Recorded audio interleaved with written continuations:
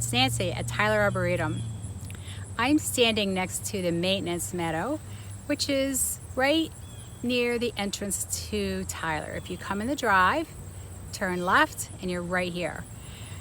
This is one of my favorite spots at Tyler. There's so much activity here.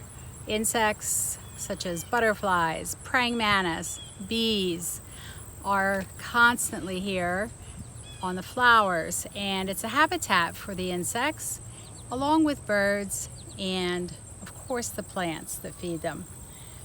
Once we get into August, September, and through October, these are great months to see what's going on.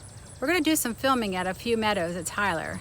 Middle Farm, which is outside gate 1, and then outside gate 4 off the Scenic Route, and then into the Sanford family maze, and we'll check out what's going on at each place.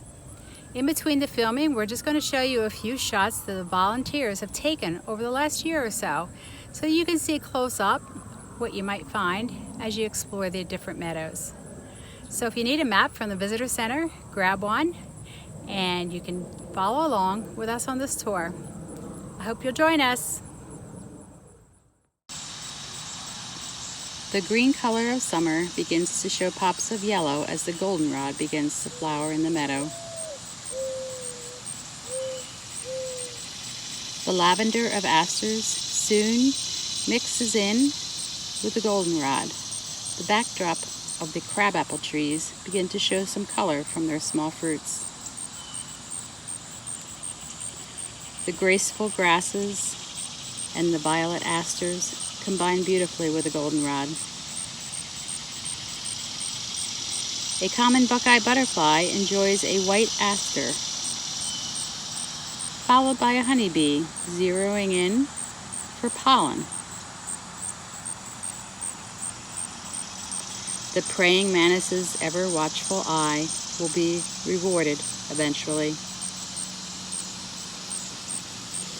Various varieties of goldenrod are present. This one towers above the asters.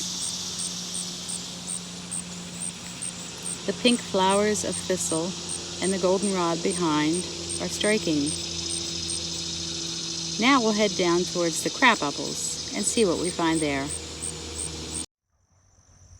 So we're at the far end of the maintenance building, and this is one of the grasses.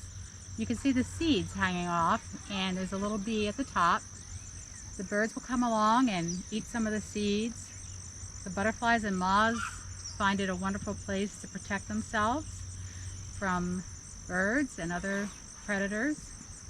So grasses are a real important part of the habitat for meadows and grasslands, of course. The crabapples play an important role in this meadow, providing food for birds and insects.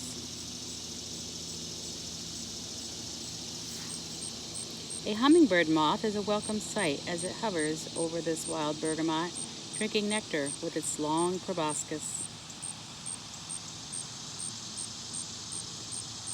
The sunlight on the grasses is striking in a photo, but so much lovelier in person, as a gentle breeze adds additional sparkle. These two monarchs also appreciate the nectar offered by the asters. While the beauty of these porcelain berries cannot be denied, this is one of the most invasive vines on the East Coast. Now we're going to move on towards the Scenic Route. We're up in the Sanford family maze, which is a meadow unto its own up here. Another wonderful place for pollinators. We have some asters up here that are just finishing. Here comes a black swallowtail, I believe. Just flew past us. Yellow flowers and other black swallowtails to the left, so they're out here today. So take a walk up here in the middle of the scenic loop.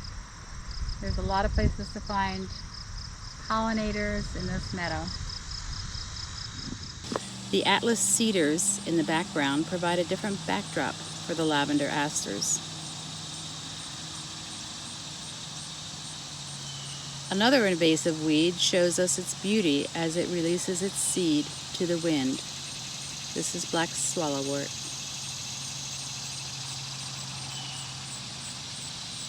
The morning light shines on these sea oats. Another goldenrod reaches above the other plants along the path. Along the scenic route, a native bumblebee heads towards a plant with the fun common name of butter and eggs. Now we're going to head up to the scenic route towards the meadow that is on your right prior to turning left towards gate 4. Black swallowtails and monarchs can be spotted sipping nectar as they visit the various flowers growing here.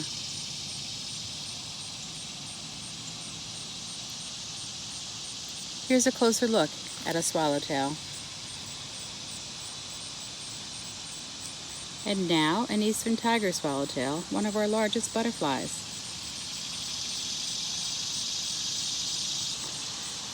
This bee's pollen bags are so full, but it doesn't slow her down. We have just passed through gate 4 where the vegetation changes a bit, with common milkweed becoming more evident. Queen Anne's lace, with its flat-topped flowers, makes a sturdy landing pad for insects. Can you spot the tiny one on the top right? Even as it finishes its flowering, this safe haven often becomes home to spiders. Although the meadows begin to brown mid to late autumn, many of our bees and insects will spend the winter here. Mowing is timed to create the least disturbance.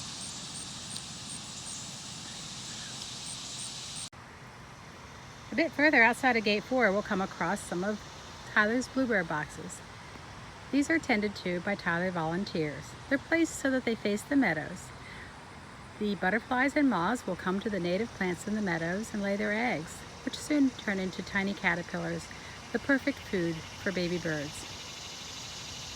Let's enjoy some pictures from this meadow. Let's take a closer look at one of the bluebird boxes crafted and maintained by Tyler volunteers. A garden orb spider makes its web in the nearby meadow. The rough circular holes in the common milkweed are a clue to look underneath the leaf and hopefully spot a monarch caterpillar. The scent of this milkweed is anything but common. It is well worth a hike to this field in early to mid-July. It's not unusual to spot a white-tailed deer, another creature which depends on the meadow for sustenance.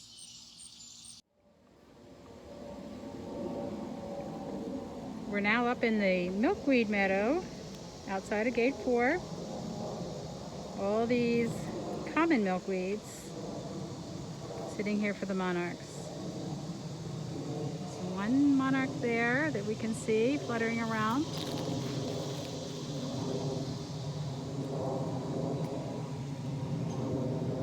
But it's a good spot to find the monarchs at Tyler. Their host plant, milkweed, is where they'll be. One last look at the milkweed before we move to Middle Farm. All butterflies enjoy the nectar offered by milkweeds. As the seed pods mature, it splits open, ready to send the seeds off to float through the air.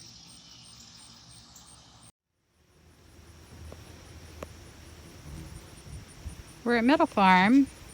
If you take the first gate, gate 1 near the pond, and you walk out, about 10 minutes, you'll come across this meadow on your right. It's pretty active today. We've seen butterflies, bees, the birds are chirping.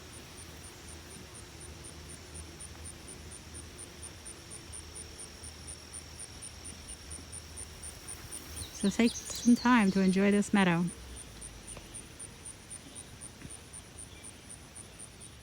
By autumn, look for the egg cases of our native praying mantis, which are slim and vertical, placed on a sturdy twig.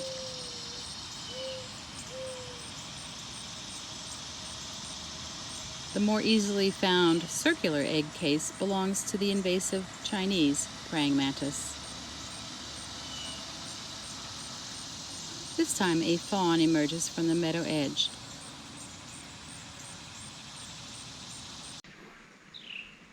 Well, we've come full circle. We're back at Middle Farm on the other side this time.